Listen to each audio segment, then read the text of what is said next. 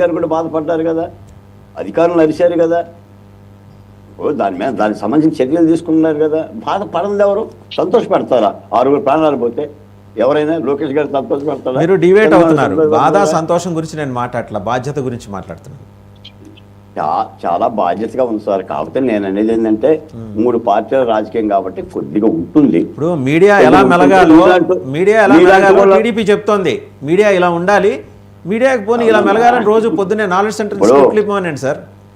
ఇప్పుడు మీరు 10 ప్రశ్నలు వేసిన గురుమూర్తి గారు ఈ బంధాన్ని కాపాడుకునే ప్రయత్నంలోనే మాట్లాడతాడు, నాలాంటి కూడా బంధాన్ని కాపాడే ప్రయత్నంలోనే మాట్లాడతాము, అంతే తప్ప వేరే విధంగా మాట్లాడడం. సరే, మీరు డిసైడ్ అయిపోయారు కాబట్టి అది వదిలేద్దాం.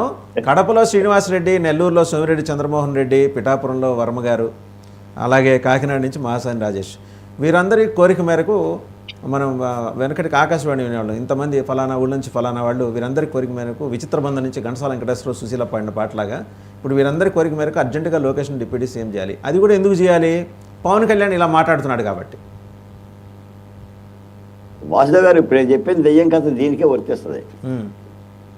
ఇప్పుడు మొగుడు కొట్టినందుకు కాదు, ఏదో నవ్వినందుకు అన్నట్టుగా నిజంగానే లోకేష్ గారికి డిప్యూటీ సీఎం కావాలని అంటే అది వేదిక ఎక్కడ పరిష్కరించాలి? అది ఆ పార్టీలో పోలిట్ బ్యూరోలో మాట్లాడుకోవాలి. ముందర పోలిట్ బ్యూరో సంకీర్ణ భాగస్వామ్య పక్షాలని కన్విన్స్ చేయాలి, మాట్లాడుకోవాలి. అంటే సోషల్ మీడియాలో మాట్లాడి వీడియో పెడితే డిబేట్ లో మాట్లాడితే డిప్యూటీ ముఖ్యమంత్రి పదవులు ఇస్తారు. మనం మాట్లాడటం కాదు, ఒకసారి పిఠాపురం వర్మ గారు ఏం మాట్లాడారు చూద్దాం, ఒకసారి చూడండి, చూసిన తర్వాత మాట్లాడదాం. పిఠాపురం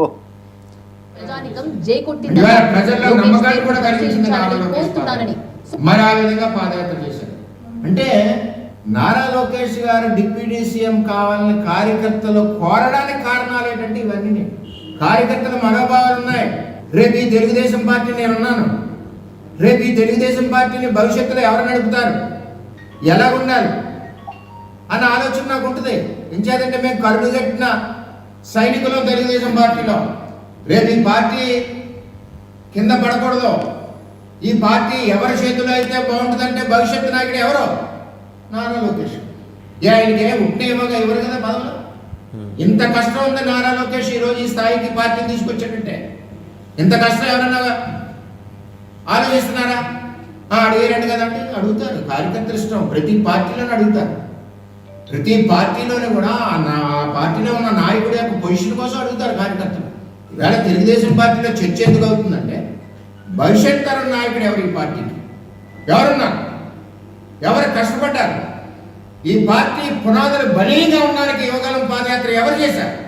పడిపోయిన పార్టీ, ఇంకా రాదనుకున్న పార్టీ. ఒక పక్కన జగన్మోహన్ రెడ్డి విమర్శించి విధానం, కుటుంబాలని, తల్లి లాంటి మేడమ్ని, అందరినీ మన జిల్లాలోనే విమర్శించిన నాయకులు అంత రెచ్చిపోయారు.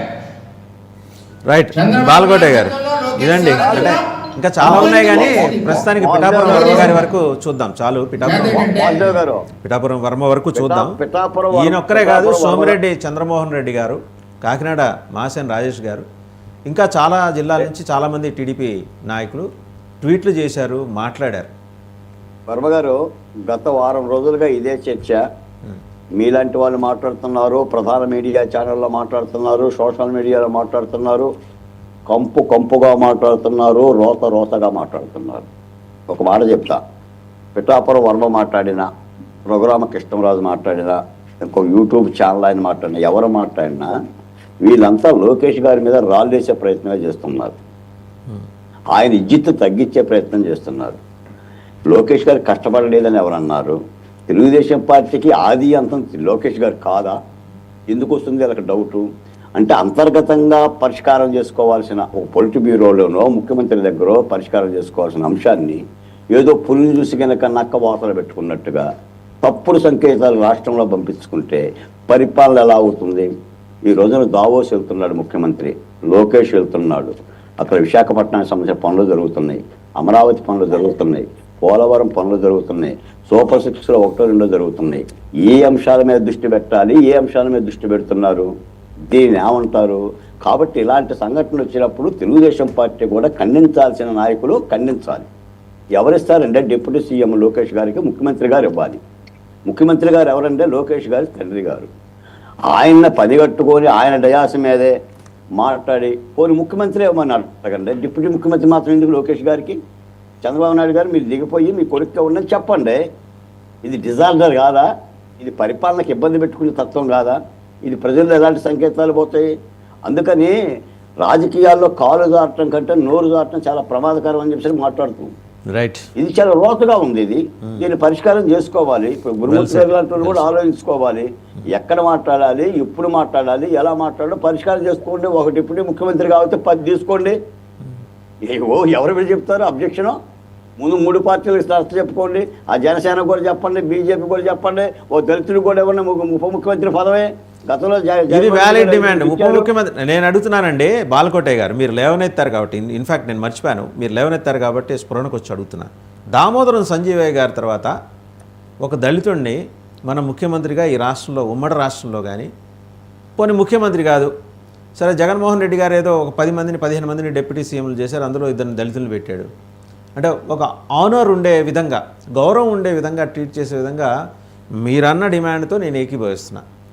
గౌరవంతో కూడుకున్న ఉప ముఖ్యమంత్రి పదవి సమర్థుడైన దళిత నాయకుడికి ఇవ్వండి. తెలంగాణలో ఇవ్వలేదా? బట్టి గారికి ఇవ్వలేదా తెలంగాణలో? జగన్మోహన్ రెడ్డి గారు మంచి వచ్చాడు, 5గురికి ఇచ్చాడు కదా, ఇచ్చాడు. సామాజిక కులాలకి మంచి వచ్చాడు. తర్వాత సంగతి మీరు ఇవ్వండి, తప్పే ఉంది. ఇప్పుడు ఒకరికి ఇవ్వాలి, ఇద్దరికి ఇవ్వాలని లేదు కదా. కాబట్టి ఏంటంటే నేను అనేది ఏంటంటే ఇప్పుడు అంతర్గతంగా మాట్లాడుకోవాల్సిన అంశాలండి. తెలుగుదేశం పార్టీ నాయకులు కూడా ఎందుకు మాట్లాడుతున్నా నాకు తెలియదు, కానీ దీని మూలాన లోకేష్ గారికి ఇబ్బంది అవుతుందో తప్ప ఆ సపోర్టింగ్ అవ్వదు. కాబట్టి ఖండించాలి.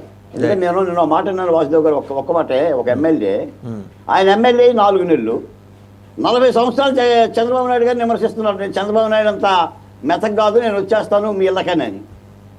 దాన్ని ఖండించకపోతే ఎలా? అదే ఆ కొలికిపూడి వ్యవహారం మళ్ళీ మాట్లాడదాం. ఒకసారి జనసేన వీర మహిళ దగ్గరికి వెళ్దామండి.